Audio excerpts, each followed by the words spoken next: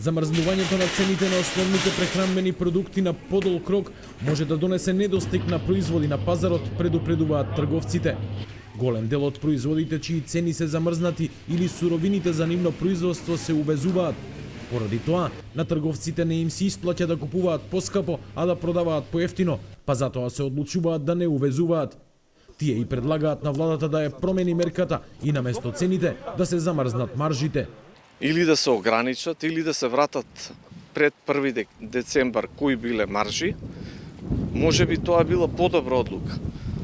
Берзите се вариабилни, не знаеме што ќе се случи, но ако се покачи цената на берзата, ќе се судриме со недостиг. Стопанството веќе го чувствува притисокот на пазарот, се трошат резервите набавени пред замрзнувањето на цените. За сега цената на пченицата која земјава ја увезува е стабилна, но притисок врз производната цена на лебот прават поскапената струја, нафта и природен газ. Пченицата стои на тоа ниво, ние сме најголем увозник на пченица од Србија, мислам дека цената на брашното ќе стои сега за сега. Понатаму што ќе се случи, стварно е тешко да предвидуваме. Превозниците ни најавија повисоки цени од странство што увезуваме, и неминовно е во калкулацијата дека треба да се качи во тој дел. Мислам дека овој месец ќе се издржи, но понатаму ќе се размисли да се види што. Поради енергетската криза, на 1 декември лани владата донесе двомесечна мерка за замрзнување на цената на лебот, млекото, брашното, шеќерот, месото, сирењето, урдата, тестенините, јајцата и оризот.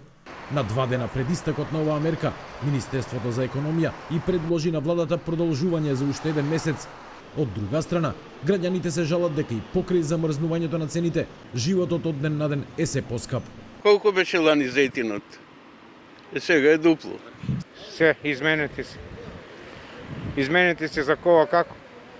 За некој што има, ќе смогне се или ќе купи. Арно, не го купува тоа колку што треба. Аби, како е стандард? Скапе, нормално. Платим, али катастрофа тоа е. Во меѓувреме, поради замрзнатите цени и изголемените трошоци на производство, индустриите бројат загуби. Од пекарската индустрија пресметале дека месечно тие се движат од 40 до 300.000 евра, што може да доведе до затворање на компаниите.